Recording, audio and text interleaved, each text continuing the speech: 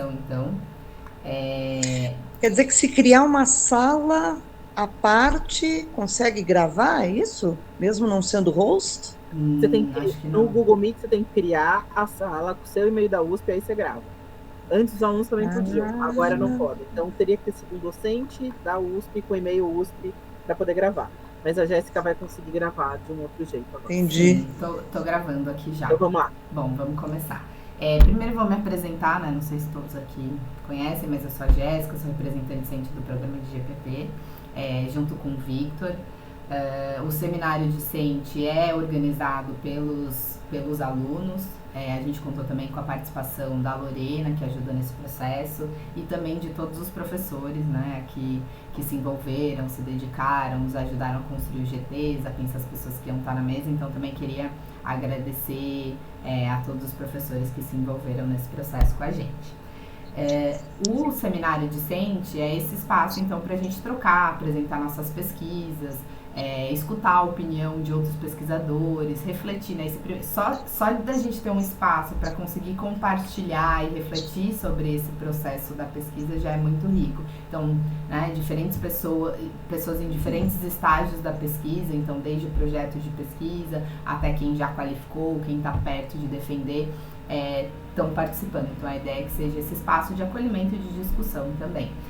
Hoje a gente pensou numa mesa que é mais para compartilhamento de experiências entre os próprios alunos, né? Então a gente trouxe aqui ex-alunos, o Bruno Martinelli, a Isabela Menon, o Lucas Rossin e a Pamela Canato também, que foram egressos do programa, e aí eles vão contar um pouco hoje pra gente qual foi a experiência durante o mestrado e pós o mestrado, né? Qual foi o impacto do mestrado na vida deles, como foi esse processo de colocação profissional após o mestrado também. Bom, eu queria só dar alguns recadinhos antes da gente começar, bem rápido. O primeiro é da programação do evento. Amanhã, no dia 7, às 18h30, vai acontecer uma oficina que vai ser ministrada pelo professor Felipe Brasil sobre como elaborar e submeter projetos para a FAPESP. E depois, no dia 8/6, a gente vai ter às 19h uma outra oficina sobre como usar recursos da biblioteca, que é ministrada por uma técnica administrativa que é a Sandra. Bom, e além disso tem todos os GTs, né, os grupos de trabalho que os alunos vão apresentar, discutir suas pesquisas, e quem é de fora do programa também está convidado para participar e acompanhar essas discussões. Outra coisa importante, redes sociais. Eu vou compartilhar aqui as redes sociais do nosso programa. Então tem o site, tem o Instagram, tem o Facebook e o Twitter. É bem legal vocês seguirem, né, acompanharem as informações todas por lá. Estou mandando aqui no chat para todo mundo. Então entrem, adicionem todo mundo na rede, adicionem o programa na rede social. O professor Felipe tem feito um trabalho bem legal de divulgação também, do que os alunos e os professores têm feito dentro do programa. Então, se vocês tiverem interesse de divulgar, eu participei de uma atividade tal, acadêmica, e quiserem disponibilizar para a gente incluir no site, nas redes sociais, é muito super bem-vindo, é só falar comigo. E o professor André também ajudou muito na construção do site do programa.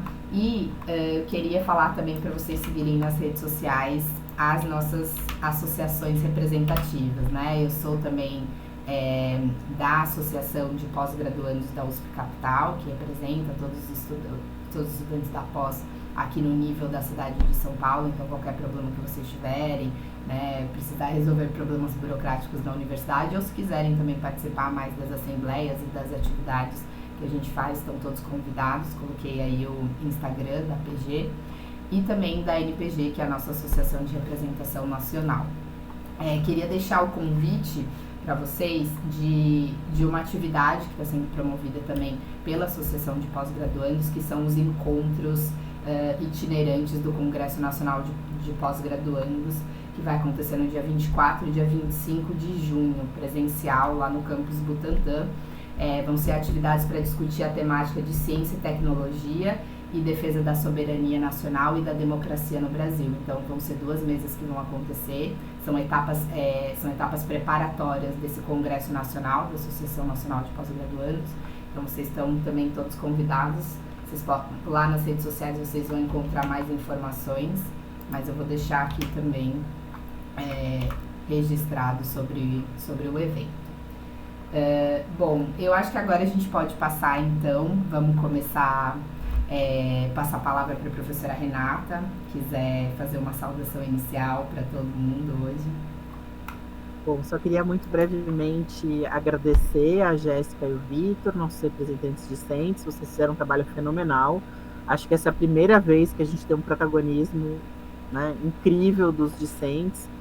Em outras vezes os discentes participaram, mas sempre algum docente esteve muito envolvido na organização. Vocês tiveram, de fato, um protagonismo, uma competência ímpares nesse processo. Queria agradecer muito, agradecer ao professor Felipe Brasil, que provocou esse protagonismo também. Queria agradecer a professora Andréa Leite Rodrigues, que aqui está. Agradecer todos os ex-egressos é ótimo, né? Os egressos que estão aqui presentes para conversar conosco, todos muito queridos. Agradecer também a presença dos atuais alunos e desejar uma excelente discussão para nós, durante, não só nessa mesa, mas durante todo o seminário. Vou tentar acompanhar tudo que eu puder, mas a vida é sempre difícil, então se eu não puder acompanhar agora, eu vou assistir depois da graduação. Muito obrigada, boa discussão. Obrigada, Renata. Bom, vamos começar então pelo Bruno, aí vocês se apresentem também, não sem muitas formalidades, mas enfim, sinta-se à vontade, Bruno, abre o microfone, se apresenta, conta um pouco da sua trajetória também pra gente, e aí depois a gente vai na ordem alfabética. Pessoal, boa noite a todos e a todas. Obrigado pelo convite. Jéssica, Vitor, todos os professores também, colegas aqui, veteranos, colegas de curso que envolvem vocês. Bom, sou o Bruno, atualmente eu atuo como analista de políticas públicas e gestão governamental na Prefeitura de São Paulo e sou da 5ª turma de EPP. Fiz mestrado na 2ª turma, de 2015 a 2017. Então, para o pessoal me apresentar agora, né? Não, já pode falar também, acho que já se pode, quiser, já pode falar, emendar. Eu acho que a gente pode fazer essa dinâmica, tá. se apresentem e depois tá. já emendem a fala. Não, beleza. Eu preparei aqui uma apresentação, eu não quero ser extenso, mas enfim, só para apoiar aqui na orientação da fala, vocês fiquem à vontade para interromper, enfim, se algo chamar atenção, quiserem fazer algum apontamento.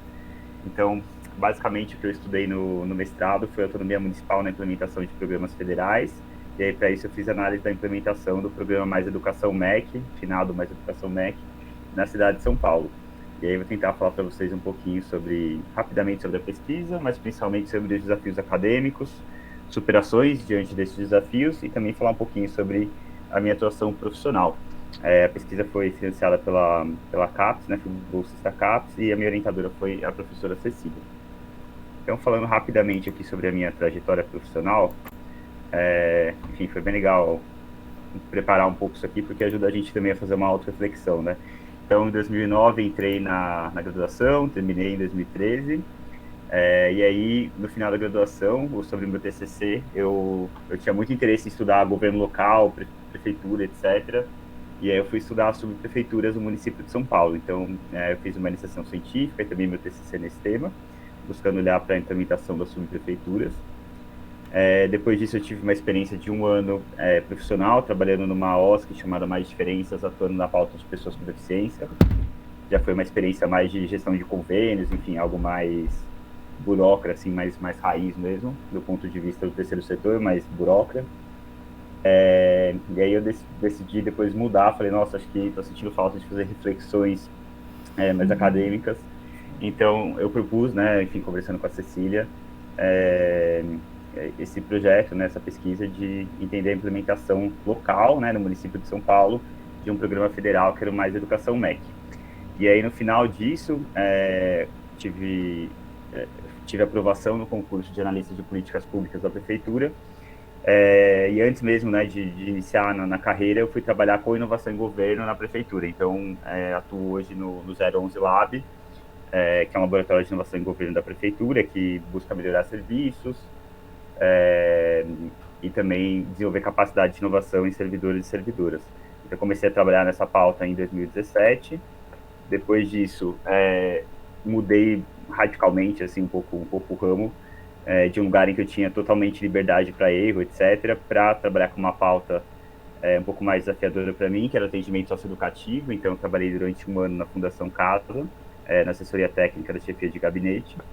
E depois disso, voltei para a pauta de inovação, primeiro de inovação aberta, que eu trabalhei no IDEAGOV, que é o programa de inovação do governo do estado, e agora regressei para a prefeitura em outubro do ano passado, com a nomeação na carreira, e voltei para o 011 Lab para trabalhar com inovação em governo. Então, assim, tangenciei aí várias pautas, flertei com a academia, fui para o governo, voltei, enfim, foi um pouco essa trajetória aí meio doida, mas é só para vocês entenderem também um pouco da minha trajetória a partir disso. E agora falando um pouco sobre a pesquisa, né, como é que foi a pesquisa em si. O desafio, né, da minha pesquisa era compreender a implementação de uma política federal educacional em um município. Então, minha pergunta basicamente era como ocorre a implementação do programa Mais Educação MEC a partir da perspectiva da gestão municipal, e aí partindo sempre desse contexto histórico do governo federal enquanto indutor de políticas públicas nos municípios por meio da transferência de recursos financeiros e estabelecendo esses recursos, essas regras e padrões mínimos, buscando sobretudo a redução de desigualdades, né, que é um tema que vem sendo, que a literatura coloca principalmente desde 95, essas mudanças no nosso federalismo e a importância disso para a redução das desigualdades no país. Então, fui olhar basicamente como que uma política pública, né, pensada lá em Brasília, ia ser implementada aqui na gestão municipal de São Paulo, que também é quase uma jabuticaba, né, pensando aqui no tamanho da cidade, no tamanho da máquina, mas fui olhar para como que essa política foi implementada no município de São Paulo, pensando no período 2011 e 2014, que era aí basicamente final da gestão Kassab, desde quando o município fez adesão ao programa, e metade da gestão Haddad, né, que foi o prefeito era basicamente o ministro que criou o programa. Então, fui olhar um pouco essas diferenças aí também. E o que os dados mostraram, né, ao longo da pesquisa? Que houve um aumento da adesão das escolas ao programa ao longo dos anos, mas que no início, né, então esse coeficiente de variação, que foi uma medida estatística não muito complexa que eu usei, que não sou muito bom de números, ele era alto em 2011, então você tinha uma alta dispersão. Algumas diretorias regionais de educação, que são 3 diretorias regionais de educação da cidade, algumas com uma alta adesão de escolas e outras com baixa adesão. E aí esse coeficiente ele muda em 2014, ele fica médio, então você começa a ter uma maior padronização, né, entre a adesão, quando você olha as diferenças entre as diretorias regionais de educação da cidade de São Paulo. Enfim, aí também outras coisas que os dados mostraram, que teve um aumento da execução financeira, teve um aumento dos alunos atendidos, e olhando para as outras capitais, você tem resultados de adesão heterogêneos, né? Então você tem capitais, na época, né, capitais no Brasil que tinham uma alta adesão das escolas e outras com baixa adesão. E aí o que eu fiz basicamente, né, em termos mais analíticos, mais teóricos? Eu fiz uma análise de implementação de políticas públicas a partir de um estudo de caso único, né? Eu usei método Quali Quant, e aí eu usei algumas categorias teóricas, né? Então, desenho institucional da política federal, fui analisar primeiro como que a política tinha sido concebida lá em Brasília, a política municipal, porque São Paulo é um município que já tinha alguns programas de educação em tempo integral, aí fui olhar também para relações interorganizacionais, e no final acabou sendo assim uma coisa que não estava tanto no meu radar, mas eu acabei me deparando com essa literatura um pouco mais no final da minha pesquisa, foi bem importante, que é a burocracia de médio escalão, que na minha leitura ajudou a explicar, e também acho que essa literatura de médio escalão ajuda até hoje na minha atuação profissional a olhar para muita coisa e lidar com muito servidor público, muita servidora, quando a gente quer implementar e tirar alguma coisa do papel. Então, o que eu verifiquei, assim, em termos gerais da pesquisa, que tem uma capacidade limitada do governo federal de implementar um programa em uma rede grande, estruturada, como a do município de São Paulo. Então, São Paulo já tinha programas, já tinham recursos, né, já tinha bastante coisa dedicada para implementar programas de educação em tempo integral. E que o desenho, aí, basicamente, dos programas e contexto da rede de ensino municipal influencia a implementação de políticas de expansão da jornada. E aí, o que me permitiu dizer isso, né? Basicamente, quando eu fiz a parte mais qualitativa da pesquisa, por meio de entrevistas, eu descobri ali que tinha muita resistência de professores a oficineiros e oficineiras. Então, São Paulo é basicamente um programa federal. Ele transferia recursos para você pagar oficineiros e oficineiras para atividades no contraturno escolar, mas a rede, que era uma concepção de educação mais societal, mas a rede de São Paulo já tinha uma resistência a isso, porque já tinha um programa precursor em que a própria rede municipal pagava para professores para atividades no contraturno. Então, tinha muito uma visão de que, oficineiro, então, sei lá, não é bom, tal. Então, assim, tinha uma disputa ali entre os saberes mais tradicionais, né, acadêmicos do currículo, e a outros saberes mais societais, né, vamos colocar assim, que é o que o programa federal colocava. Já tinham também esses incentivos municipais que foram sendo criados, né, que foi bem interessante. Então, o município criou a figura do professor orientador de educação integral, que era um professor mais responsável por coordenar essas atividades, e também aumentou o pagamento, expandiu, né, essas ações de pagamento de professores para ofertar atividades no contraturno. Então, acabou sendo tanto o programa Mais Educação MEC, quanto o programa Mais Educação São Paulo acabaram coexistindo. Então, foi bem interessante também olhar para isso. E, por fim, outra coisa que foi bem interessante foi olhar para o papel dos burocratas de médio escalão, e aí, sobretudo, a importância de supervisores, supervisoras de ensino, incentivando ou desincentivando escolas a aderirem ao programa. Então, as escolas tinham liberdade para aderir, e tinham certos supervisores que falavam, putz, isso dá trabalho, e outros supervisores que falavam, não, vamos lá, vou ajudar você a preencher a burocracia do MEC, vamos pôr o programa para rodar. Então, isso foi bem interessante, assim, quando eu fui a campo. E para cima, né, olhando aí mais para o governo federal, tiveram uma série de trocas formais e informais entre a rede paulistana e o MEC para apoiar a adaptação da política pública. Então, tem uma série de manuais, uma série de regras que tinham que ser cumpridas, só que quando foi para o município de São Paulo, isso não era tão orgânico. Então, isso foi sendo adaptado ao longo dos anos, nessas trocas entre burocratas municipais com burocratas do MEC. Bom, veio alguma pergunta aqui. Ah, não. Bom, e aí pensando em contribuições mais teóricas, então eu fiz uma articulação teórica para analisar a implementação de um programa, usando aí tanto teorias mais top-down e bottom-up de análise de implementação. Também busquei fazer aí uma análise da implementação com olhar da gestão local, para entender onde estão esses desafios, né, pensando que as políticas podem ser concebidas em Brasília, mas a maioria delas, o município vai ter algum grau de discricionalidade para poder fazer essa implementação.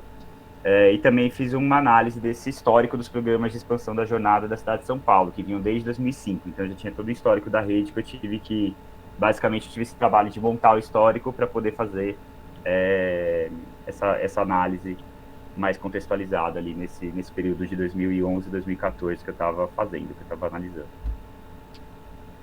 Enfim, basicamente aqui eu encerro nessa parte mais da pesquisa, mas agora tentando entrar no percurso da pesquisa, né? Então eu trouxe aqui só para ajudar a gente a entender, pensando assim, a pesquisa como um método de design thinking, né? Então você tem um desafio inicial, aí você tem etapas em que você tem que primeiro descobrir, enfim, abrir bastante, olhar para tudo, embora a gente já tenha ali, né?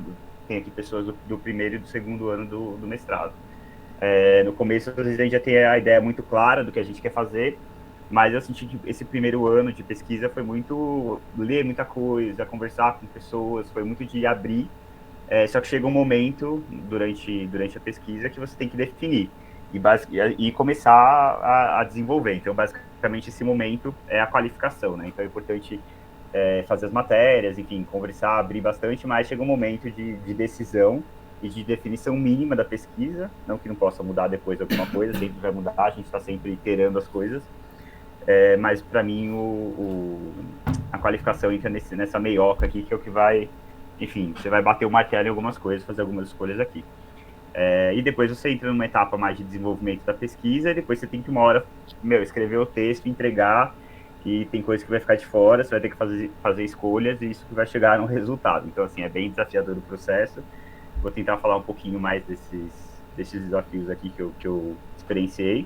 Então, né, pegando mais esse primeiro ano, você tem a revisão da literatura, conversas exploratórias, levanta dado, pensa um monte de possibilidade, lê documento, faz disciplina, depois você tem que fazer o campo mais direcionado, analisar esses dados e redigir, até chegar na defesa, né?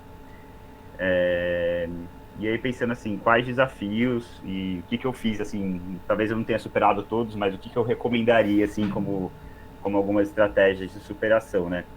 Então, pegando principalmente esse primeiro ano, às vezes a gente quer, sei lá, tem até um meme lá, um gráfico que primeiro você quer fazer a pesquisa que vai mudar toda a humanidade, depois você só quer entregar a sua dissertação. E, de alguma forma, é um pouco isso que eu senti, né? Então, a gente tem que tentar, acho que sempre, buscar desenhar uma pergunta que seja relevante e possível de se responder no mestrado. Eu, principalmente, vivenciei muita ansiedade com isso, como eu era aluno bolsista, enfim, estava dedicado integralmente a isso, para mim foi um processo de muita ansiedade. Putz, preciso desenhar, preciso saber, etc. Então, acho que assim, o Bruno de hoje faria para o Bruno de 4 anos atrás, tipo, calma, né? Vamos descobrir, vamos tranquilo, e as coisas vão se ajeitando. Então, acho que tem que ter um pouco essa calma nesse momento inicial. Tem que definir um quadro teórico que seja relevante cientificamente, enfim, uma coisa que eu aprendi muito, a Renata sempre batia na tecla, enfim, e que eu conversei também muito com a Cecília ao longo da orientação, foi de você ter um quadro teórico desenhando. Esse meu quadro teórico, sendo bem sincero, foi ficando pronto, eu já tinha feito muita revisão, tinha levantado muita coisa, mas é no final que você vai desenhar isso e apresentar isso, né? Então, você vai lendo, vai usando, né, esse quadro teórico, essas teorias, mas é no final que você vai amarrar tudo e vai contar isso, você vai mostrar a pesquisa, né, apresentar o prato final ali, você não vai ficar mostrando a cozinha, mas você tem que ter essa preocupação já desde o início de definir um quadro teórico relevante cientificamente, enfim, que esteja na discussão. Outro desafio é desenhar um objeto de pesquisa que seja compatível com a realidade do quadro teórico, né? Então, não adianta às vezes você querer estudar, sei lá, os ribeirinhos da Amazônia, por mais interessante que seja, você tem que estar de acordo com a sua realidade, com o seu orçamento e com o seu quadro teórico, enfim, que você tem que conseguir responder. Então, a não ser que você consiga, obviamente, fazer uma pesquisa à distância, etc., mas a gente tem sonhos e tem que adequar eles um pouquinho à realidade. Escolher métodos também que ajudem a responder a pesquisa e falar a língua da sua pesquisa. Então, assim, eu não tinha trabalhado com governo, eu não tinha essa experiência, né, e eu fui falar com muitos burocratas, muitos servidores, muitas servidoras da educação, que já é um recorte bem diferente, e você tem que aprender a falar a língua, enfim, a conversar com essas pessoas, assim como você tem que falar a língua dos pesquisadores e pesquisadoras que estão nesse meio, né? Então tem muita gente que estuda o objeto, já está relacionado com a vida profissional, etc. No meu caso não estava, então foi um baita desafio para mim. E aí, enfim, eu acho que como que você pode superar, né, esses desafios? É conhecer a base no público-alvo, então a ideia, as pessoas importam, você tem que construir redes também com pesquisadores, com servidores, ler tudo que puder, assim, sabe? Às vezes uma notícia, tem um monte de coisa que às vezes parece que não é tão importante, mas você vai lendo ali, você vai entendendo melhor as coisas a partir dessa leitura, e vale também para a teoria. Também testar métodos diferentes e fazer, então, acho que uma coisa, às vezes a gente trava, a gente eu vou primeiro ter a ideia maravilhosa, depois eu vou fazer. Eu acho que muito do que eu fiz foi muita tentativa e erro, aí eu ia lá, conversava com a Cecília, tal coisa, tal reflexão, faz sentido, não faz. Então, acho que testar os métodos e não ter medo de errar no começo, acho que é importante, sabe? Eu tinha 3 endereços para escolher, eu não sabia por onde eu começar, eu falei, vou fazer uma para explorar, e fui, sabe? E isso me ajudou bastante, porque tinha um monte de coisa que eu estava hipotetizando, imaginando, e quando eu cheguei ali na DRE era outra coisa. Outra coisa também é não ter medo dos métodos quantitativos. Minha pesquisa não usou assim, muitos métodos quantitativos, nem tão complexos, mas eu acho que eles podem ajudar muito a qualificar a mesma análise que você está fazendo. Aproveitar a qualificação, sei que dá ansiedade, mas é isso aí, é um tribunal qualificado, não um tribunal de inquisição, então ajuda bastante. E saber que nada está tão definido ainda nessa etapa inicial, sabe? Minha pergunta mudou muitas vezes e é só quando você está fazendo a mesma redação final que você, enfim, faz essa lapidação final e define isso. Pensando aí nessa etapa final, principalmente aí no segundo ano da pesquisa, tem que lidar com uma realidade complexa, enfim, é muito mais, quando você está com tanta categoria, leu tanta teoria, você está fritando já, então e a realidade é mais complexa ainda, então você tem que operacionalizar esse método e fazer o negócio andar, sabe? Isso é super desafiador. Você tem que obter, produzir, organizar dados, né? Tanto pesquisa quali quanto quant. Eu demorei pra caramba conseguindo o dado do MEC. Eu fui para Brasília, para sentar do lado do servidor, explicar o que eu queria, sabe? Tanto aqui na prefeitura. Então, assim, dá trabalho, às vezes o dado que você quer, que você achou que queria, depois não é o que você precisa, então dá trabalho fazer isso mesmo. Tem que lidar com a imprevisibilidade do campo, cancela a reunião, a entrevista, muda, aí você tá ali no campo, aparece uma oportunidade também, que você não estava nem esperando, mas, putz, vem conversar com essa pessoa, você conversa com uma pessoa que não estava nem agendado, e o negócio faz super sentido, então tem que lidar também com essa imprevisibilidade, tem que analisar e dar sentido aos dados, né, os dados não dizem nada sozinhos, e construir essa narrativa que sintetize suas descobertas e seja coerente com as suas escolhas, né? Então é como contar essa história da sua pesquisa no final. E enfim, como que você pode superar? Fazer escolhas que ajudem a responder sua pergunta e ser transparente em relação às suas limitações também. Eu acho que é importante ter alguma seção em que você coloque as limitações da sua pesquisa, nas considerações finais, etc. Acho que vale essa humildade, sabe, de colocar mesmo o que você entende como as limitações da pesquisa. Voltar atrás sempre que necessário, não significa começar a pesquisa de novo, mas voltar atrás e fazer escolhas. Escrever do fim para o começo, que é uma coisa que as professoras sempre falavam, e foi super difícil fazer isso, principalmente para mim, que na época não tinha nem muita maturidade profissional, né? Então, assim, conseguir criar uma narrativa, um negócio mais interessante, foi bastante difícil para eu fazer. Fazer uma boa descrição metodológica é uma coisa que te protege, então você escrever bastante o que você fez, por que você fez tais escolhas, isso ajuda muito na hora da banca, principalmente quem está na banca já vai com outro olhar assim para a pesquisa, porque ele já vai ter entendido muito do que você fez, sabe? Então acho que dar essa transparência faz bastante diferença. Também tratar o orientador como um leitor qualificado, né, e não como oráculo. Cecília nunca me deu respostas prontas, mas sempre fez perguntas que me fizeram pensar, sabe? Então, acho que isso ajuda bastante também, saber que a pesquisa é sua e que o orientador ele é um apoio, é uma pessoa que tem muito mais experiência com você com pesquisa e de vida, muitas vezes, então ele pode te apoiar muito nesse sentido. E dar oportunidade para o acaso também improvisar. Então, acabou entrando um pouco de burocracia de médio escalão, não era uma ideia inicial, não era nem na metade da pesquisa, mas quando eu olhei para aqueles dados, falei, nossa, tem que colocar alguma coisa disso, porque acho que faz muito sentido, embora não tenha verticalizado tanto a pesquisa nesse aspecto. Então, assim, esses são um pouco dos desafios que eu sinto que eu vivi, como eu acho que vocês podem superar, mas, enfim, foi muito da minha experiência, né? E pensando agora aqui mais para o final, né? Como que eu penso que o mestrado colaborou na minha inserção profissional? Eu atuo hoje, né, com um laboratório de inovação. Então, muito do que eu faço é design aplicado à política pública, né? Embora a gente não use esses termos, mas usando mais tecnicamente o termo é isso. São métodos de design e gestão aplicado em serviços, em construção de estratégias organizacionais. E eu sinto que as técnicas de pesquisa, entrevista, construção de empatia, tudo isso me apoia muito hoje na minha atuação profissional, né? Principalmente ter olhado para essas técnicas de pesquisa, assim, algo que sem isso talvez eu fosse muito mais capenga, ou demorasse muito mais para me desenvolver nesses aspectos. Tem também outro ponto aí mais instrumental, análise de dados, mexi em Excel pra caramba no mestrado, e isso ajuda, apoiou muito na minha atuação profissional. Um outro aspecto, me apoiou muito a desenvolver uma visão sistêmica e estratégica. Eu sentia que eu era muito, né, olhava muito ali pensava, a oficina do Mais Educação, e acho que muitas das provocações da Cecília, e ao longo do desenvolvimento da pesquisa, eu fui desenvolvendo muito mais essa visão sistêmica, de, negócio desenhado em Brasília, o negócio chega aqui no município, tem DRE, tem secretaria, muda prefeito, muda secretário, tem o papel dos diretores e diretoras de escola também. Então, assim, você acaba desenvolvendo uma visão muito mais sistêmica em cima de uma política pública, né? Isso é muito interessante e eu me deparo muito com isso no meu dia a dia profissional, então é algo que eu destacaria. Me ajudou também a conhecer mais a máquina pública, servidores e servidoras. Eu tinha pouquíssima noção sobre como funcionava a máquina, né? No seu sentido mais real mesmo, então me ajudou muito a conhecer. E também teve um aspecto de me apoiar a ter um conhecimento mais instrumental para o concurso, né? Então, me ajudou bastante estar no mestrado e na mesma época teve o concurso para o PPGG e ter tudo, assim, estava muito fresco para mim as teorias de política pública e ciência política, então isso me ajudou bastante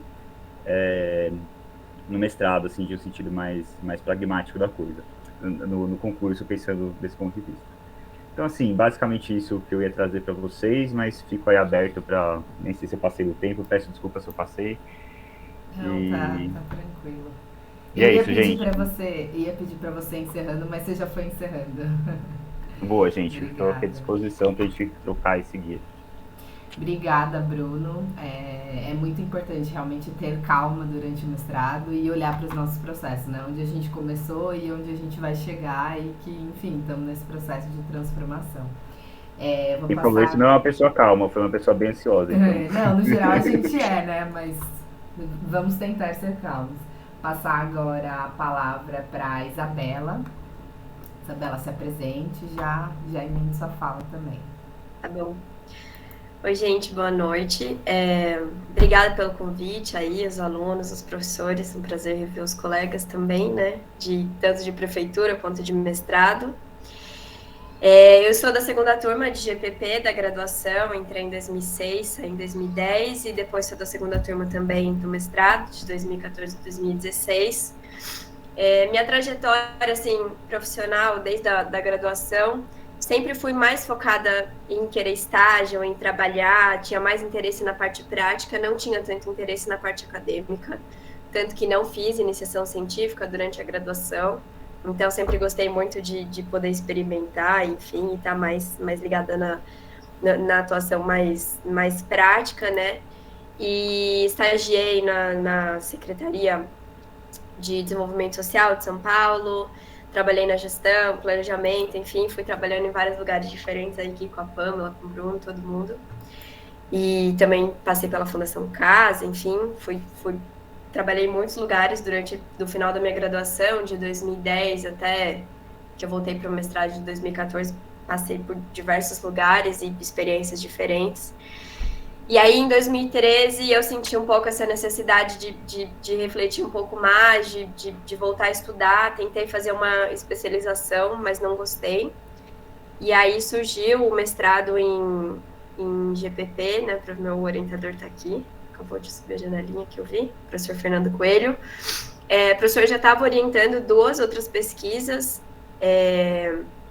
que era, na verdade, a professora Flávia estava orientando uma pesquisa, o professor Fernando orientou outra, que era o mapeamento da rede de pesquisadores do campo de públicas. Então, já tinha uma pesquisa prévia do mapeamento da rede de pesquisadores de administração pública, uma de políticas públicas, e para fechar a tríade aí, precisava alguém para pesquisar a área de gestão social.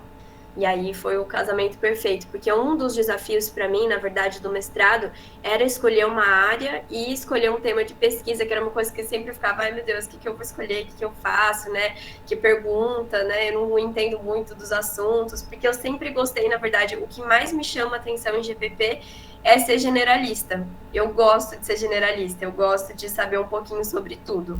E isso que sempre me brilhou os olhos na graduação e é o que continua brilhando meus olhos ainda no mestrado e na minha atuação profissional, é poder estar em diferentes lugares, assim, e falar um pouquinho sobre tudo. Então, me contemplou muito poder voltar numa pós de GPP, onde eu não precisava fazer uma escolha muito centrada, se eu queria uma área de economia ou de política e tudo mais. Então, isso foi muito legal para mim, e aí eu comecei a pesquisa com o professor Fernando, e acho que um desafio naquele momento também era retomar os estudos, né? Eu tinha ficado um tempo fora da faculdade, enfim, e aí conciliando com vida profissional e encaixando isso dentro de horário de trabalho e tudo. Então, para mim, foi um pouco desafiador. Eu acho que me causou um pouco de ansiedade também de conseguir dar conta dos textos e de tudo. Mas acho que no final das contas as coisas foram se encaixando.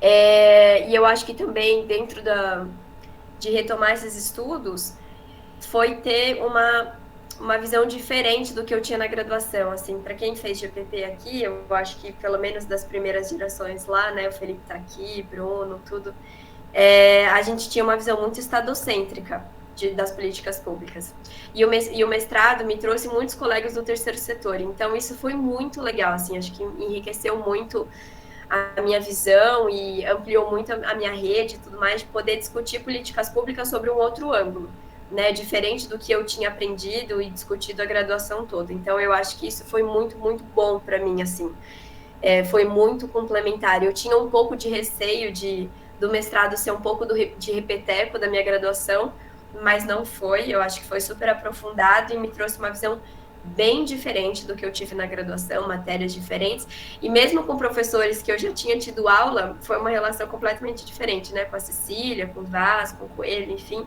Então isso foi muito legal para mim também, poder ter essa visão diferente da mesma coisa, né. E aí a minha pesquisa, né, não preparei uma apresentação assim super bonita que nem o Bruno fez, mas eu acho que o legal da pesquisa também eu não tive tanta dificuldade no desenho, porque os outros 2 colegas que já estavam fazendo as pesquisas prévias já tinham trilhado um pouco desse caminho, né, de métodos e escolhido as ferramentas, então meio que a gente chegou num consenso do que a gente levaria para frente, então não tive tanta dificuldade nisso. Então tive muito trabalho de ler os textos, entender o que eles tinham feito antes, para seguir mais ou menos a mesma coisa, né, para a gente conseguir depois fazer esse casamento das 3 pesquisas. E para mim, acho que um momento que foi muito marcante, que depois de um tempo, quase chegando na minha qualificação, eu tive a oportunidade de apresentar o trabalho numa reunião dos pesquisadores da rede, onde a professora Andréia também faz parte, da rede de pesquisadores de gestão social. E aí eu tive tipo uma dupla qualificação, porque além da banca, né, dos professores NEASH, todos os pesquisadores que estavam sendo mapeados por mim, pelo professor Fernando, puderam ver a pesquisa e dar palpites, assim, super valiosos. Então, se vocês tiverem essa oportunidade de conversar com autores da área, com outros pesquisadores, eu super recomendo, porque para mim, assim, foi muito rico, muito, muito. E até emocionante, assim, eu me sentia meio tiete de ver uns professores muito cabeçudos, assim, que eu lia vários textos e ver eles ao vivo, lendo meu trabalho e depois recomendando posteriormente, foi, assim, muito gratificante. Então, esse momento aí dessa reunião da rede foi muito legal e proporcionado também pelos professores, né? A professora Silmara também, de GA, faz parte da rede, me receberam super bem lá, foi um momento que para mim foi muito legal. Então, eu acho que de desafios e superações, assim, do momento do mestrado, acho que foram esses, assim, de encaixar mesmo, de me entender de novo, né? Depois de um tempo fora da academia, né? Essas novas rotinas de leitura e tudo mais, e também conciliar um pouco essa ansiedade que a gente tem de fazer tudo certo no começo, né, de dar conta de tudo. Então, eu acho que isso também vale a pena vocês cuidarem um pouco dessa ansiedade, dessa parte mais de saúde mental do processo mesmo, que é uma parte que impacta muito e que é muito importante da gente cuidar e trabalhar ao longo desse processo, que com certeza todo mundo acho que passa, né, por esses momentos mais atribulados, assim. E de inserção profissional e impacto, que eu destacaria, como eu disse para vocês, eu não tinha muitas pretensões acadêmicas até entrar no mestrado, assim, isso não me despertava muito interesse, mas depois que eu entrei, eu falei, nossa, eu acho que é exatamente isso que eu quero, assim, né, porque para mim faz muito sentido poder estar na academia, ter esses momentos de reflexão, que quando você está muito na prática, você não tem muito, dependendo do lugar que você está, e na maioria dos lugares onde eu trabalhei, não tinha muito esse momento de reflexão, de bater papo, de entender, de estudar, de trocar assim mesmo de assunto, poder ver outras áreas. Então, eu sentia um pouco falta disso, e aí eu vi que a academia poderia me proporcionar esse, sei lá, esse modelo de vida, assim, que tinha mais a ver com as coisas que eu queria, assim. Então, o mestrado me abriu essas oportunidades de poder dar uma aula, de participar de um curso, de consultoria, tudo isso, assim, eu acho que foram me abrindo portas. Então, alguém não pode dar aula, liga, você não pode fazer uma aula assim, assim, assim, aí você vai, faz, conhece outras pessoas, vai tendo contato, vai ampliando rede. Então, eu acho que o mestrado na questão profissional me ajudou muito nisso, assim, de me abrir novas portas. Dentro da prefeitura, que era onde eu estava quando eu concluí o mestrado, eu não acho que fez tanta diferença. Sinceramente, eu ocupava um cargo em comissão, eu era diretora do RH da prefeitura. Não acho que isso contribuiu internamente lá para eu ter outras discussões, até porque a minha área de pesquisa não tinha muito a ver com o que eu estava trabalhando, né? Eu trabalhava com RH e estava pesquisando gestão social, então não tinha muito casamento. Então, naquele momento, profissionalmente, não acho que mexeu, mas eu comecei a conhecer outras pessoas e fazer outras coisas que eu gosto mais hoje, né? Hoje eu estou como head de educação do CLP, que é o Centro de Liderança Pública, e também sou coordenadora do curso lá de pós-graduação deles, que é um curso de especialização em gestão pública e liderança. Então, assim, tem muito mais a ver agora com o que eu gosto, né? Estou mais alinhada profissionalmente, eu acho, pós-mestrado. E também o mestrado, como eu disse para vocês, me colocou em contato com uma rede muito diferente da que eu convivia antes, que era só o pessoal de GPP da graduação, né, que foi se espalhando aí pelo setor público.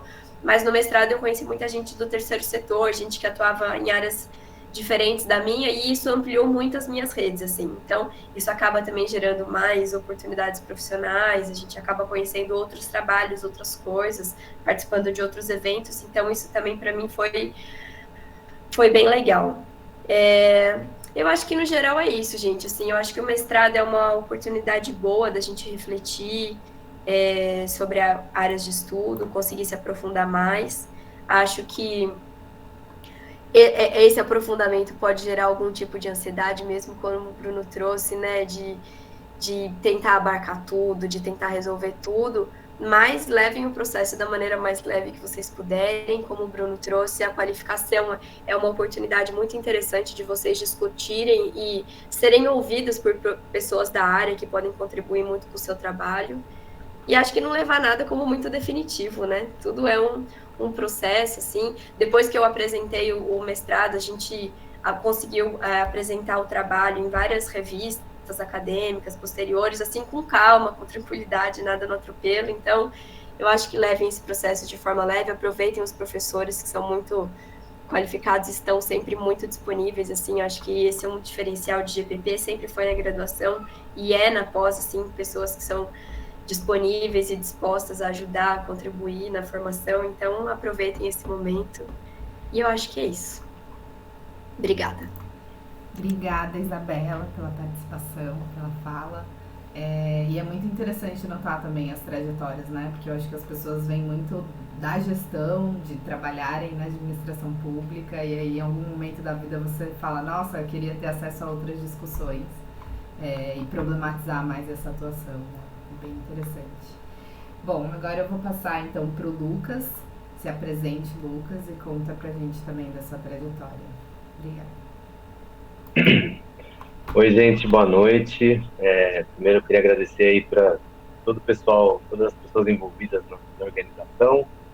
É uma alegria estar aqui, né? Sempre que me convidam para participar, eu sou arroz de festa, adoro. Sempre que eu posso, enfim, a vida vai ficando mais complicada, né? As agendas vão ficando mais difíceis, mas ainda assim gosto de fazer esse esforço.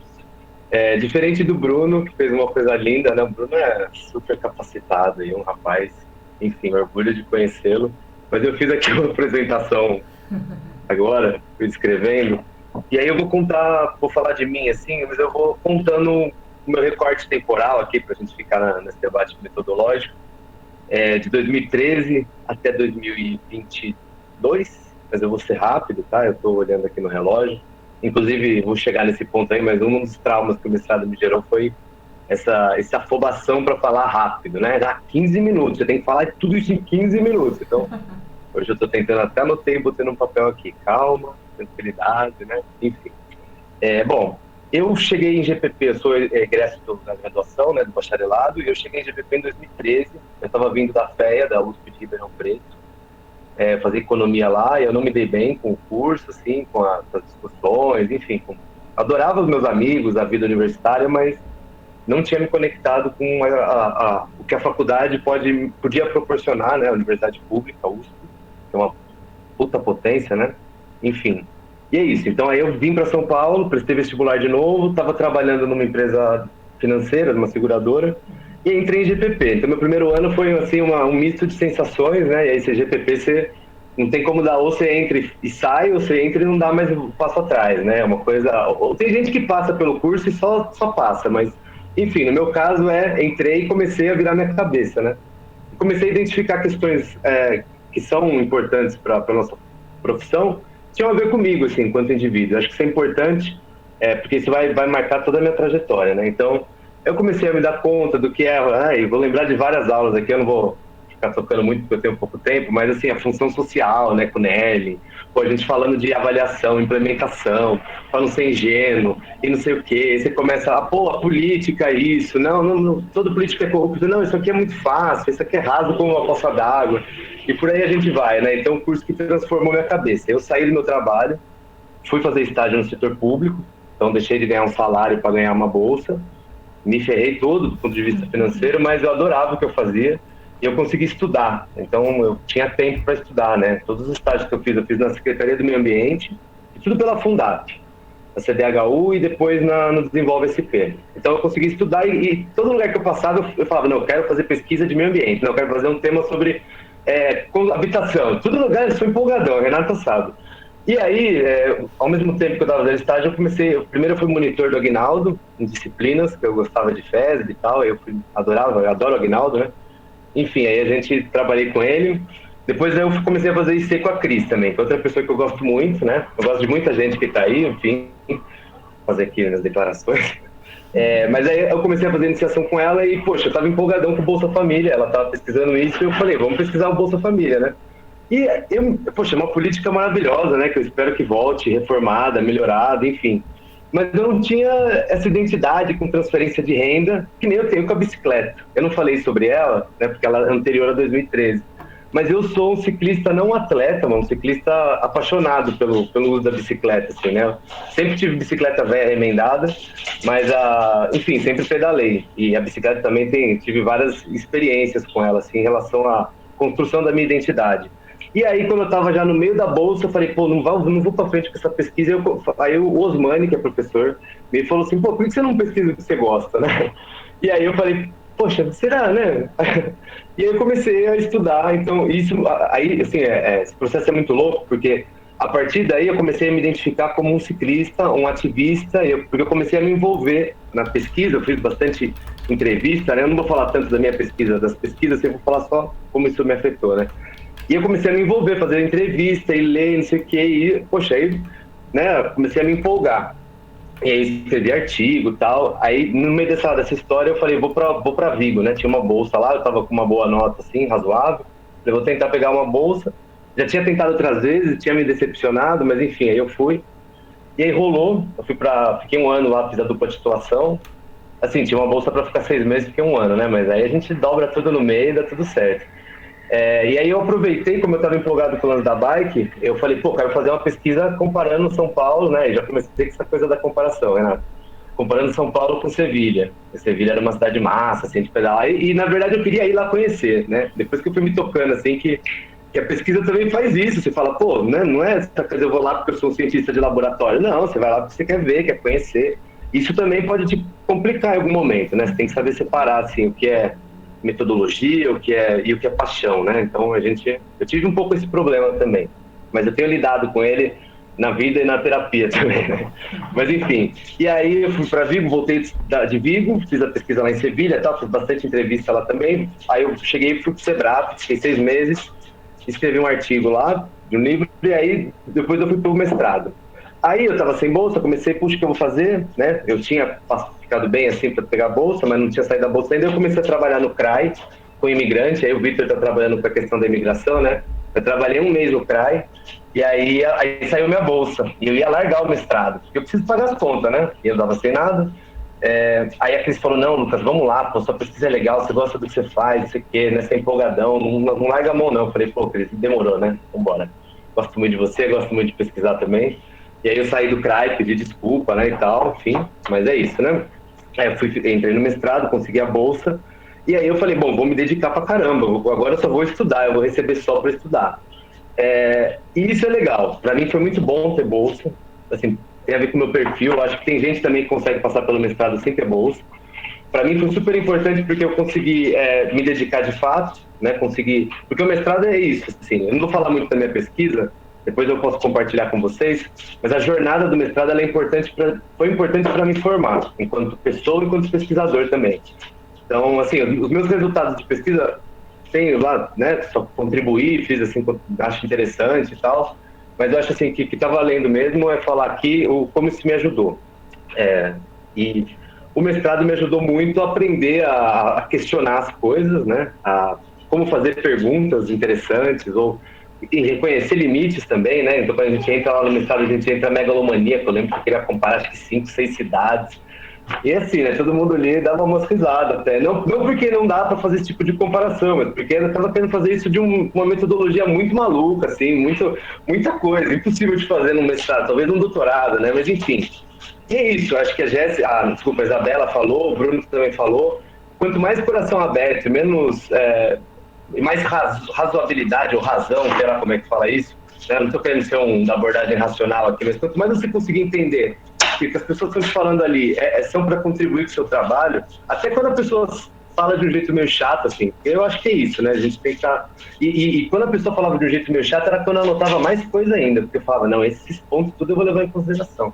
E quando eu passei pelo Sebrae, foi uma boa escola também, lá o negócio né? Assim, são intensos. E aí, lembro que até a gente estava chorando às vezes das reuniões. Eu não entendia, eu falava, pô, eu fiz uns negócios legais aqui, mas só apontaram o que eu fiz de ruim. Mas eu sempre anotava. E no final, na última reunião, falaram, nossa, o trabalho está parando de pé, o único que está parando de pé agora, né, e tal, porque você considerou tudo que a gente falou. Eu falei, pô, e eu acho que é isso, né, um pouco. O mestrado também, e aí que no mestrado eu já estava mais experiente com essas pancadas, então foi muito mais prazeroso, assim. Depois eu saí do mestrado e eu fiz pesquisa de campo também, fui lá para o Acre. Comparei São Paulo com Rio Branco, né? Eu estudei a política cicloviária, a formação de agenda, fiz um monte de entrevista de campo, analisei um monte de dado também. Isso é um baita desafio, né?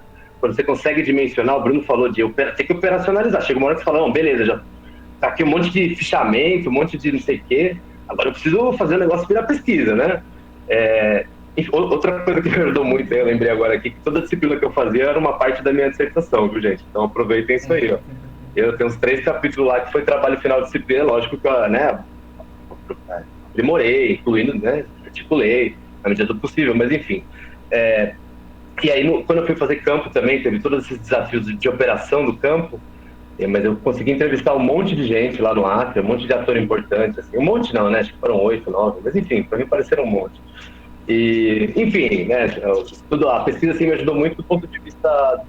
Né, desse ponto da operacionalização de ferramental.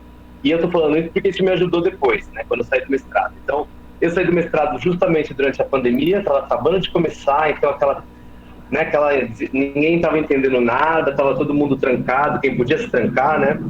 E foi justamente no momento que eu estava... E aí eu até marquei aqui que é um divisor de águas assim na minha vida, porque foi quando eu saí um pouco da pesquisa e comecei a caminhar com o movimento social de um lado, não só do cicloativismo, mas um movimento social da habitação e tal, falando de bicicleta, e também comecei a trabalhar no terceiro setor. Então eu falei, bom, eu ia tentar fazer doutorado, eu estava animado, mas aí a pandemia me deu um bode geral, assim, eu falei, pô, né, desencanei até de participar de congressos, acho que todo mundo passou por algum processo nesse período, né, enfim, o meu foi esse. E aí eu falei, vou procurar um emprego, fiz algumas consultorias de pesquisa, assim, né, para ir me mantendo. Eu tive um trabalho por alguns meses na GV, eu tinha uma bolsa de PT da FAPESP, era super legal trabalhar no CEPESP. Mas enfim, aí eu precisava pagar minhas contas, eu falei, preciso trabalhar, né, a gente tem esse desafio, não sou herdeiro, assim, herdeiro cultural, social, né, pensar no português, tem um monte de herança aí da minha família, sou muito grato, mas enfim. E aí eu comecei a trabalhar. Arrumei um emprego no terceiro setor, numa organização que trabalha com assistência social, e paralelamente eu estava escrevendo projeto junto com o movimento social, o MDF, o Movimento de Defesa do Favelado, que trabalha aqui na Zona Leste. Eles são da época das comunidades eclesiásticas de base, assim, Paulo Freire, Luiz Erundina, toda essa turma aí. E é uma galera muito massa, muito querida, assim, e eu, né, tenho esse vínculo com a Zona Leste, hoje inclusive moro aqui na Vila Prudente. Aí começamos a conseguir uns editais, umas grana para fazer o projeto, o Itaú. Aí eu estava fazendo aqui na favela, é um projeto que visa estimular as mulheres a pedalarem, né? Então ele é construído por elas e para elas, né? Eu estou só contribuindo. E tudo isso, assim, tudo ferramenta que a gente vai aprendendo, né, ao longo da graduação e do mestrado. Que mais? Bom, tá. Então e hoje eu estou nessa, tá? Eu trabalho no terceiro setor, estou aqui de roupa de trabalhar no terceiro setor e saí direto de lá para cá, então saí do terceiro setor para o setor acadêmico. Não estou mais trabalhando, eu trabalhei no Exército de Salvação, numa ONG vinculada ao Exército de Salvação, eles trabalham no SUAS, né, uma entidade do SUAS, e eu trabalhava, quem pagava meu salário era o governo da Suíça lá, que era quem financiava o projeto. e eu era gestor de projeto. Então aí eu deixei um pouco a pesquisa, não de lado, mas ela ficou num lugar mais secundário. E aí eu comecei a trabalhar com gestão de projeto. Aí eu fui lá na disciplina da Úrsula, peguei para estudar lá o marco lógico, todas essas coisas e, enfim, né? Aí eu saí de lá, uma amiga me convidou para trabalhar na Agenda Pública, que é uma consultoria de política pública. Aí eu fiquei, que é para trabalhar com implementação, né? E eu voltei até a estudar mais, porque trabalho com avaliação de impacto, enfim, com essas questões aí, diagnóstico, mapeamento de oportunidade de desenvolvimento econômico, enfim. Hoje eu sou coordenador de projeto lá. E também o projeto do Bike Favela, né, do MDF, a gente conseguiu um outro financiamento da Volks, e super legal, assim, esse para mim é o trabalho mais importante que eu faço, porque eu faço ele de forma voluntária, né, eu recebo uma grana bem pequena, assim, é bem menor do que eu recebo em outros trabalhos, mas eles acham importante, eu também acho legal, assim, porque a gente é meio contra o voluntariado como solução dos problemas nos temas sociais, assim. Então a gente tenta sempre remunerar todo mundo que participa, enfim. E a gente tem um financiamento agora da Volks, o pessoal, já passei a coordenação, né, para uma galera lá, tem umas mulheres que são agentes do território, coordenam localmente. E aí, por causa desse trampo, o Itaú me falou para fazer uma pós lá no INSPER, tal, tem um programa de urbanismo social. Eu fiquei meio assim, né? Eu falei, poxa, não sei se eu tenho muita identidade com o INSPER, assim, mas aí o Itaú falou que ia me pagar tudo. Eu falei, beleza, vocês vão pagar tudo. E foi legal, está sendo legal para tensionar uma porção de questões, assim, em relação, né, a como a gente vive, como a gente desenvolve o nosso trabalho, que tipo de aliança que a gente tem que fazer. Enfim, ao longo de toda essa trajetória aqui tem uma porção de redes e nós, enfim, lá no INSPER eu conheci uma galera muito legal, que está aí trabalhando para construir uma agenda comum em relação à inclusão, né, no que se entende como urbanismo, né? A gente fala urbanismo social, quando você bota alguma coisa do lado já ficou esquisito, mas urbanismo tem que ser social, né? Mas aí, enfim. E aí, dentro desse debate, eu estou tentando discutir mobilidade urbana para não perder esse vínculo também. Então, eu tenho o meu trampo ali, que eu estou trabalhando com território, com cidade, né, na agenda pública, que eu gosto muito também. E, ao mesmo tempo, eu tenho esse vínculo com a mobilidade ainda, trabalhando nos territórios aqui nas favelas aqui da região da Zona Leste, da parte sul da Zona Leste. E é isso, gente. Continuo fazendo pesquisa. Agora eu voltei, falei com a Cris, né? Eu gosto muito dela. Falei, Cris, estou morrendo de saudade.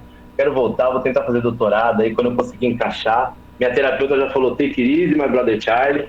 Vamos lá, vamos ver se você consegue encaixar no meio dessa vida maluca que você tem aí. E é isso, né, gente? Eu estou tentando, de repente, a gente publicou um artigo, não, a gente publicou agora participou de um congresso, né? Esqueci como falo, gente, sabe como é que eu estou perdido na academia? Não, enfim, a gente apresentou um trabalho lá e tal, e aí voltei a me animar, porque, enfim, no meio dessas experiências aqui, trabalhei com bastante pesquisa, né, tipo ativismo, enfim. E é isso, gente, eu acho que deu 20 minutos, né? Eu estava contando aqui. Deu, foi certinho, cravada. Mas, legal. Obrigada, Lucas. Se você quiser falar mais um pouquinho, não tem problema também, que a gente tá com um tempinho, mas aí... queria só dar um recado antes, só pedir para quem não assinou, tem a lista de participação aqui do lado, tá? Pra gente poder emitir os certificados. O Victor colocou aqui o link, então, por favor, quem quiser receber os certificados, assina lá no Forms, preenche o formulário. Bom, não sei se você quiser complementar um pouco mais. Senão não, vamos deixar a Pamela contar também, que estou curioso, e depois a gente abre para as perguntas. Legal, obrigada. Bom, Pamela, fica à vontade, se apresenta e conta pra gente também um pouquinho da sua trajetória. Bom, obrigada, Jéssica. Acho que a primeira coisa que eu quero fazer é agradecer. É muito bom retornar, né, aqui, mesmo que seja online, mas é muito bom estar aqui com vocês. Reencontrar os professores, reencontrar a Rê, que foi minha orientadora, os colegas. Bom, eu sou a Pamela, eu fiz o mestrado na mesma turma do Bruno, né, de 2015 a 2017, e eu estudei intersetorialidade e redes sociais. Eu fiz uma análise da implementação de projetos para a população em situação de rua em São Paulo. Mas hoje a encomenda era para falar mais da trajetória, dos desafios e da vida, né, pós-mestrado. Então, eu nem pensei em falar tanto da pesquisa em si, mas depois a gente pode conversar e aprofundar se vocês tiverem alguma questão. Então, eu vou falar um pouco, eu dividi minha fala assim, um pouco da minha trajetória geral, Os principais desafios da pesquisa e do mestrado, acho que também, né, aqui tentando não repetir o que os colegas já falaram, que acho que eles trouxeram muitos, né, dos desafios que vocês devem estar enfrentando, que vocês devem estar passando, e depois pensando, né, nessa pergunta do impacto na vida, que é bem profunda, pensando nessa questão, eu também tentei refletir sobre isso, assim, né, o que o mestrado me propiciou. Bom, eu também fiz a graduação em gestão de políticas públicas, eu entrei em 2010. No mestrado eu já tinha, no mestrado não, na graduação eu já tinha interesse, assim, pela pesquisa. Eu fiz o TCC com a professora Úrsula, estudei participação social e a incidência, né, do Conselho Municipal dos Direitos da Criança e do Adolescente nas políticas públicas. Então, eu já tinha esse interesse pela pesquisa, mas em 2013 mesmo, né, a Isa mencionou a questão de colegas de prefeitura, em 2013 eu entrei na gestão Haddad, trabalhei um tempo em várias áreas, mas no gabinete do prefeito, na assessoria de relações do trabalho, e depois eu consegui trabalhar justamente com o que era meu interesse de pesquisa, que era participação social. Então, eu fui trabalhar com o Conselho de Participação no Planejamento e no Orçamento.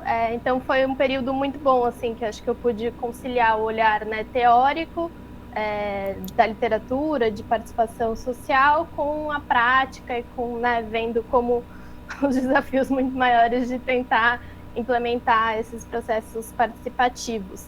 E foi também da prática que começou a surgir o que seria, né, depois a minha questão de pesquisa no mestrado. Então, quando eu estava na prefeitura, eu comecei a notar a dificuldade de relação e diálogo entre os diferentes setores do governo, como que, pensando, né, nessa questão de problemas complexos, como que as diferentes secretarias tinham que dialogar para formular uma política pública e implementar, tendo em vista, né, que os problemas eram multifacetados, existia esse desafio.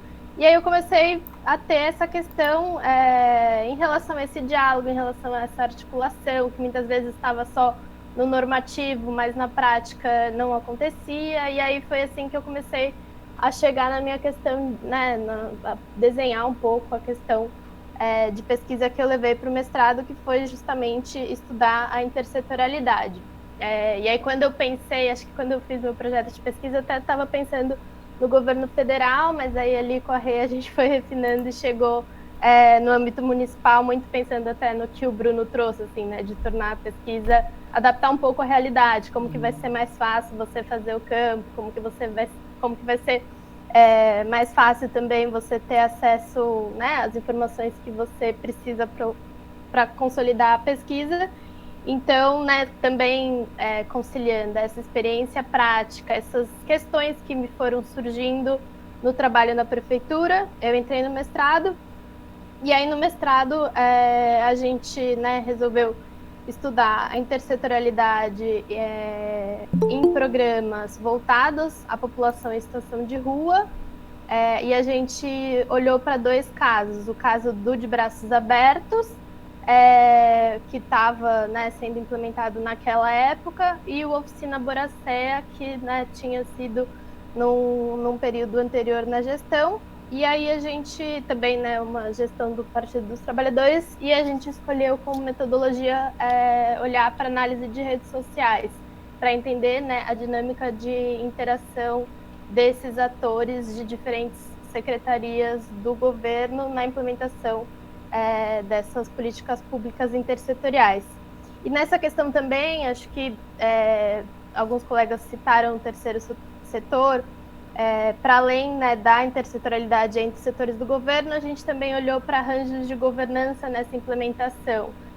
E qual que era também, né, acho que a Isa mencionou que a graduação foi um pouco estadocêntrica, e acho que eu também tive essa perspectiva, não sei como que está agora, mas também comecei a me aproximar desse olhar em relação ao papel, né, da sociedade civil na implementação de políticas públicas, ao papel do terceiro setor também, e comecei a me interessar mais por esse setor. Então, do ponto de vista da pesquisa, a gente conciliou a questão, né, da literatura de intersetorialidade com a literatura de governança, pensando governança nesse arranjo amplo, e a partir disso, né, também surgiu esse meu interesse pelo terceiro setor e por essa articulação mesmo, né, entre os setores. Depois disso, concluindo, também acho que vale mencionar que eu entrei no mestrado, eu estava trabalhando na prefeitura, e aí no segundo ano do mestrado eu optei por fazer com bolsa, eu tive bolsa FAPESP para concluir a pesquisa. Então eu fiz um ano trabalhando, que foi um desafio, acho que muitos aqui vivenciam, né, ter que conciliar os estudos com o trabalho, mas tive também a oportunidade de ter um ano só dedicado a isso e ter uma imersão mesmo, né? Depois eu vou falar de um dos desafios, mas acho que essa questão de conseguir participar de grupos, de estar articulado, né, com grupos de pesquisa e com outros alunos, acho que faz muita diferença, né, nesse processo que é tão solitário de uma pesquisa acadêmica. Então, terminando o mestrado, eu terminei acho que em junho, em setembro eu já fiz o processo seletivo e entrei onde eu estou hoje. Eu estou atualmente no GIF, que é Grupo de Institutos, Fundações e Empresas, é uma associação de investidores sociais privados. Então a gente busca, através da produção de conhecimento, através da articulação de rede, ampliar o impacto social desses associados ao GIF. Então, né, que a gente está falando de Fundação Lehman, enfim, a gente tem 155 associados atualmente que investem cerca de 5 bilhões em projetos sociais anualmente, né? Isso, quer dizer, esse é o número de 2021, mas enfim, eles têm esse montante de investimento. Então, eu entrei em 2017 no GIF, desde então tive um trajeto de crescimento lá. Atualmente eu sou gerente de operações e desenvolvimento institucional, e eu tenho um olhar dentro da organização que é bem generalista, assim, né? Eu sou o administrativo, financeiro, jurídico, o RH, mas tem algumas interfaces, né, mais com políticas públicas, que é a questão mesmo do planejamento, monitoramento, avaliação.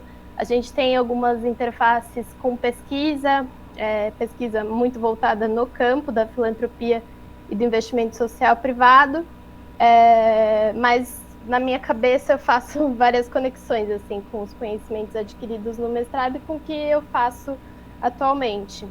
E aí, falando da trajetória como um todo, desde 2019 eu sou psicanalista em formação, então eu vi alguém aí falando de terapia, eu também fiz muita terapia ao longo do mestrado, inclusive hoje em dia estudo e né, quero me tornar psicanalista, já atendo e tal. Então estou nessa nova trajetória. Até nessa reconstrução de trajetória eu fiz, né, fui vendo aqui, eu falei, nossa, acho que 2018 foi o único ano da minha vida que eu não estava estudando nada, porque terminei o mestrado e fiquei 2018 sem fazer nenhum tipo de curso, formação, e aí em 2019 já entrei na formação em psicanálise e ainda tenho uma trajetória pela frente aí. Bom, pensando nos principais desafios de fazer a pesquisa, acho que a primeira coisa que eu queria trazer é a questão de lidar com muita informação, né? Tipo, é muito texto, é muita informação que você precisa digerir para chegar num contorno e num desenho de pesquisa. Eu anotei aqui, se tudo importa, nada importa, né? O quanto você precisa delimitar bem, acho que o Bruno falou isso, né? Delimitar bem a pergunta, delimitar bem o recorte para conseguir chegar em algo consistente. Acho que eu fiz tanto isso que a Rê até brincava comigo. Você é muito boa de fazer recortes. Às vezes ela me indicava algum texto e eu falava, acho que isso não vou ler agora. Então, também façam isso com moderação. É bom fazer um recorte, mas também é bom ler coisas diferentes. Às vezes as ideias também, né, vêm de outras coisas que não do recorte que você fez. Então, mas acho que né, chegar num bom limite de ampliar o olhar, mas também, né, impor algumas restrições é bom para não se perder ao longo da pesquisa. Acho que tem uma questão que é qual é a expectativa de um mestrado, né? Acho que a gente se depara com um processo, né, apesar de ter ali o orientador, é um processo de autonomia muito grande, até onde você pode ir, até, né, o que você vai fazer, você vai fazer 10 entrevistas, 50 entrevistas, então acho que tem que ter um alinhamento de expectativa com, né, com o seu orientador, obviamente, mas com você mesmo, né, o que o mestrado, o que você pode conseguir com o mestrado, até onde você pode chegar, e acho que para isso ter as perguntas bem definidas ajuda muito, né, acho que, e ao longo do processo de escrita, e informando o leitor aonde você quer chegar, como que você quer chegar, ter essas definições claras, ajuda nesse alinhamento de expectativa também, porque me lembro no processo de escrita que às vezes você fazia uma introdução, colocava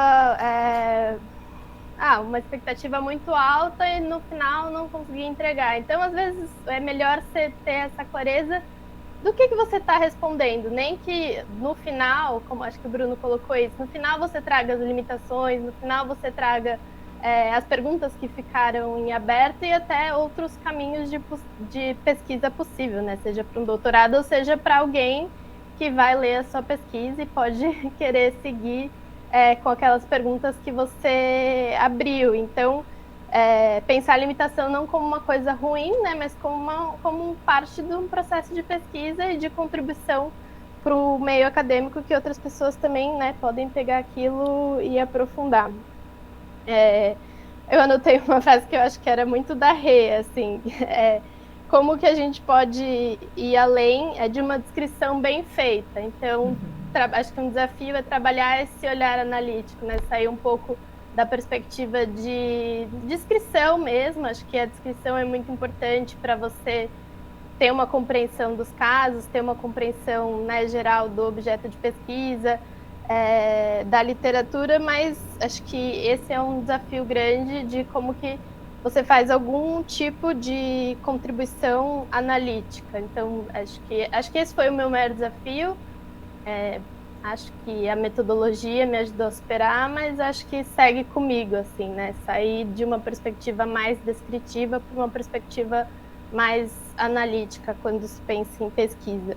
E outro desafio que eu queria trazer, que acho que tem a ver com o que eu falei da questão dos grupos, é que o trabalho acadêmico é solitário, né? Eu acho que o quanto a gente puder fazer mais isso em grupo, em discussão com colegas, em discussão enfim, com os professores, com o orientador, acho que ajuda muito. Acho que nesse processo, né, fazer parte de um grupo de pesquisa contribuiu para esse processo ser menos solitário, e acho que essas trocas têm que ser vistas como oportunidade, né? Acho que às vezes a gente fica com receio de trocar, mas é muito bom que te leiam, que você possa refletir, que você possa apresentar, expor as suas questões mesmo. Acho que é muito bom. Até, por exemplo, a qualificação, que as pessoas às vezes ficam assustadas, é um ótimo momento mesmo de refinamento da pesquisa, saber se aquilo que você está fazendo faz sentido e tal. Eu acho que aproveitar essas trocas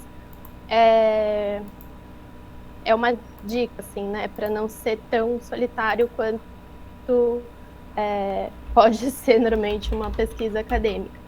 E aí, por fim, pensando, né, no que o mestrado me propiciou, eu tentei separar em coisas que eu acho que são mais práticas, né, de impacto na minha vida, e coisas que são mais subjetivas, assim. Acho que das coisas mais práticas, acho que eu concordo com a Isa, que a experiência do mestrado para mim foi muito diferente da graduação. Então, foi um outro contato que eu tive com o conhecimento teórico, um outro contato que eu tive com a literatura. Então, acho que esse aprofundamento teórico foi muito bom, sobretudo, né, no que eu tinha mais interesse, que é a área de análise de políticas públicas, implementação. Acho que foi excelente ter contato com metodologias e não ter medo de utilizar metodologias diferentes. Na graduação, eu fiz pesquisa quali e tinha receio, né, de sair do modelo mesmo, né, de estudo de caso, entrevista quali, e aí no mestrado eu optei por arriscar um pouco, usar a metodologia de análise de redes sociais, e foi um processo de aprendizado muito grande. Então, acho que, né, teve essa coisa de olhar para uma ferramenta nova, olhar, né, tinha as medidas estatísticas, acho que olhar para isso foi uma contribuição grande para minha trajetória de vida, assim, né, de superar alguns receios que eu carregava comigo.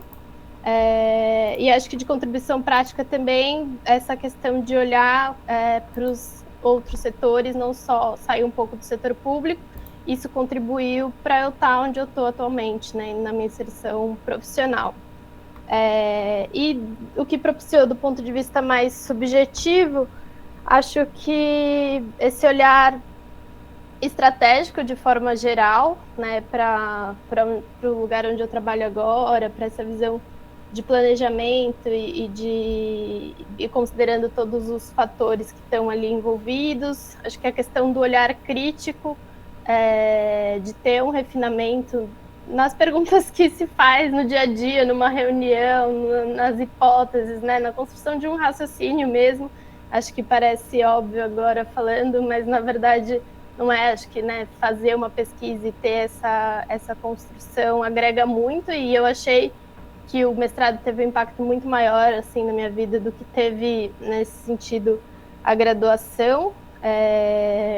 Acho que tem uma coisa legal que aí conecta com a questão da psicanálise, é a capacidade de escutar, que o mestrado me propiciou, de você fazer um campo, de você fazer uma entrevista, e você não ir com a sua escuta com viés, né? Às vezes a gente vai para o campo querendo confirmar a hipótese que a gente já tem. Então, como que a gente vai para o campo com uma escuta aberta e tem essa possibilidade de rever a pesquisa, de voltar do campo com novas questões, e de ter uma escuta que seja verdadeira mesmo, né? E não que seja só para simplesmente confirmar as hipóteses que a gente já tinha e o que a gente já queria trazer para a pesquisa, né? Utilizar o campo para afinar a nossa escuta, e acho que esse é um processo que eu aprendi bastante também. E acho que é isso, acho que essa percepção em relação a, né, falando do campo ainda, em relação a algum viés que a gente pode ter e que a gente não quer simplesmente confirmá-lo. Então, acho que isso também aprendi para a vida e tem conexão agora com a psicanálise. Acho que, em linhas gerais, é isso. Não falei tanto, né, da pesquisa em si, não sei se alguém tem alguma dúvida, mas eu optei por fazer mais um panorama. Obrigada, gente. Obrigada, Pamela, pela participação. Você contando, eu também lembrei muito, assim, no meu primeiro ano, eu reuni várias pessoas que eram da minha sala e eu tava super angustiada, começo da pandemia, e eu falei, gente, vamos conversar, vamos fazer uma videochamada pra trocar, e foi tão, assim, me aliviou tanto olhar, não, tá todo mundo no mesmo processo, tá todo mundo no mesmo barco, e inclusive também poder compartilhar nos grupos de pesquisa, eu acho que faz muita diferença. A gente tinha elaborado uma cartilha, eu e o Victor, né, da representação docente, onde a gente colocou também os grupos de pesquisa dos professores, né, pensando muito nisso, de que a experiência do mestrado não é para ser individual, é só você no seu computador, mas ter esse espaço de agregar outros olhares, de poder trocar com outros pesquisadores, que isso ajuda muito, né, no processo de amadurecimento da pesquisa. Vou até mandar aqui a carta de novo para todo mundo, a cartilha que a gente fez. Mas, bom, obrigada pela apresentação de todos. Agora, eu acho que a gente tem tempo, dá para abrir para algumas perguntas. Quem quiser levantar a mão, a gente vai fazendo ou mandar aqui o nome no chat. A gente vai abrindo as inscrições para quem tiver qualquer pergunta, né? Eu acho que desde dificuldades mais específicas da pesquisa, de momentos, sei lá, de análise de dados, ou mais inicial, de como se inserir no mestrado, né, como começar a dar um sentido maior para a pesquisa. Vou abrir para quem quiser se inscrever, gente. Victor. Pode falar. Bom, Bom, gente, boa noite a todas, a todos. Mais uma vez, muito obrigado. Eu tenho uma pergunta um pouco mais específica para o Lucas. Lucas, eu me identifiquei muito contigo, porque minha trajetória acadêmica e profissional é muito agitada e acredito que a sua tenha sido também.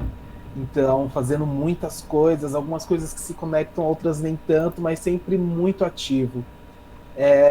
Como que você lida com isso e o quão importante como você enxerga que é importante a participação dessas multi-atividades, vamos dizer assim, porque particularmente eu vejo que tem uma importância, a gente termina aprendendo, enfim, desenvolvendo e aprendendo competências e habilidades, mas eu queria te escutar, como que você lida com com o desenvolvimento dessas multitarefas, com muitas atividades ao mesmo tempo, e o quão importante e os pontos positivos, negativos, né? Se você puder falar um pouquinho disso. Eu falo já, gente? Tá. Sim, pode Legal, a gente quando é emocionado, assim, a gente se identifica, né? É bom dizer, eu sempre digo que eu sou ariano com ascendente câncer e lua em escorpião. Então, eu li que o Felipe escreveu do meu trabalho, eu até chorei aqui, desliguei a câmera, porque lágrimas, é verdade. Assim, para mim, eu acho que isso é importante, cada um tem uma personalidade, né? A Pamela tá falando aí da psicanálise e tal. Então, para além da terapia, que ajuda bastante a lidar com esses multidesafios aí, eu acho que a minha personalidade, ela se dá bem com esses vários desafios e conectados. Eu não gosto de trabalhar com coisas que não têm alguma conexão, então eu vou sempre procurar.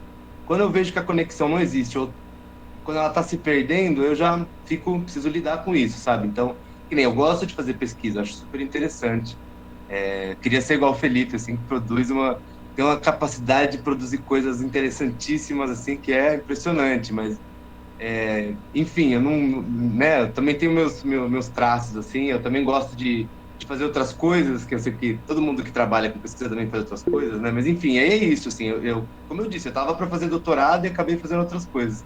Então, acho que a medida cada um vai encontrar uma, né, mas para mim a ideia é essa, e eu estou tentando agora, estou fazendo um exercício de voltar para, né? Eu vou fazer doutorado, você vai ver. Logo, logo. Mas é isso, assim, tem que ter tempo para você também, para assistir uma coisa, para ler um livro que não tem nada a ver acadêmico, sabe? Eu me peguei percebendo que, só leio PDF, eu comecei a voltar a ler livros, sabe? Botei uma rede no meu quarto, então tento, assim, sempre que puder parar e fazer essas coisas também. Mas, assim, sempre me pego falando de bike, de cidade, eu até quero fazer no doutorado alguma coisa que não seja tanto de ciclomobilidade, assim, mas enfim. É isso, vou parar de falar aqui. Valeu, Vitor, pela pergunta, viu? Se quiser conversar depois, a gente pode bater mais papo. Obrigado, meu cara. Renata, pode falar, Rê.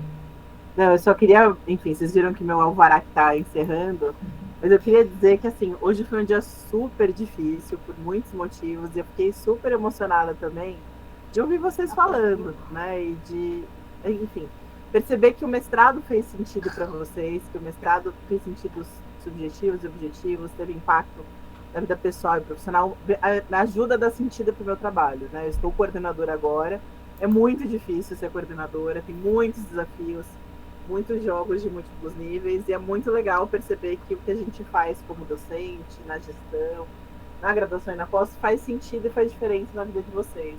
Eu acho que vocês fizeram falas super interessantes e muito sinceras em relação a essas interconexões todas, né?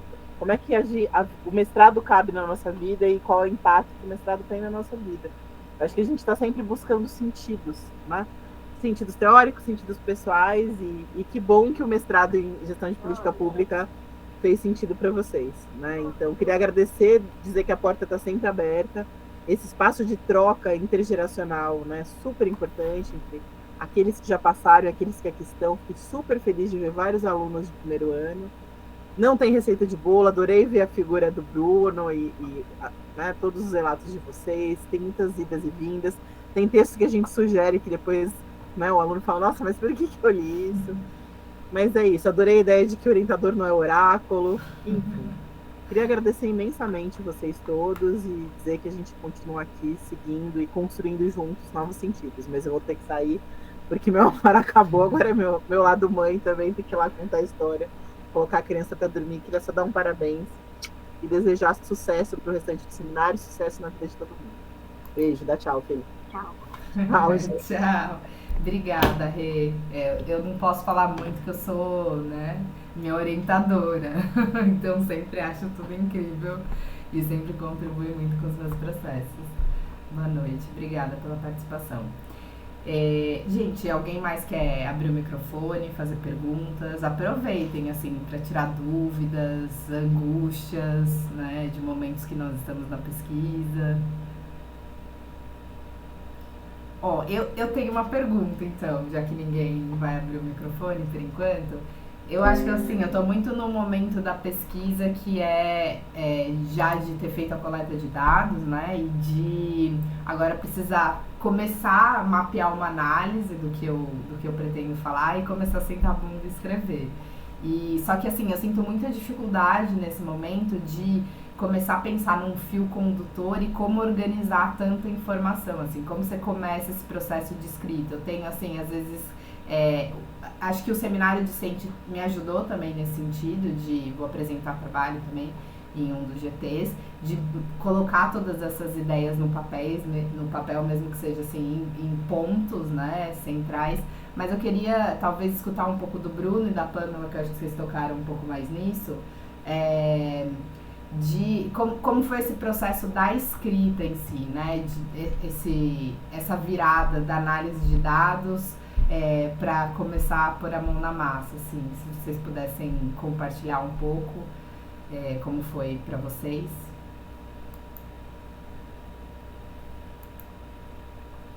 Sintam-se à vontade. Vou ser bem sincero, parece que tem um buraco na minha cabeça aqui. Eu tô tentando lembrar como foi esse pedaço. Sendo muito sincero. Não sei se a Pam estiver mais claro para ela quiser começar, eu já retomo. Tô tentando também. Do que eu me lembro, acho que alguém citou que alguns trabalhos das disciplinas viraram parte da dissertação. Acho que eu passei por isso também, né, de tentando fazer alguns trabalhos já voltados para o que eu iria utilizar na dissertação. Então, quando chegou no momento de escrita em si, eu já tinha né, algumas partes escritas que vieram desses trabalhos. Eu me lembro de fazer... Eu citei essa questão, né, do como transformar uma descrição num olhar analítico, crítico, mas eu lembro às vezes de ficar muito focada em fazer descrição. Falei, eu vou descrever, eu não sei muito o que eu vou fazer com isso, mas eu focava em descrever a parte de análise de dados, em descrever os casos, né, os que eu estava utilizando, os objetos da minha pesquisa. Então, às vezes não tinha tanto esse compromisso em já contribuir com um olhar mais analítico, mas tinha uma parte mais descritiva. Eu lembro de fazer isso antes de ir para a parte mais analítica.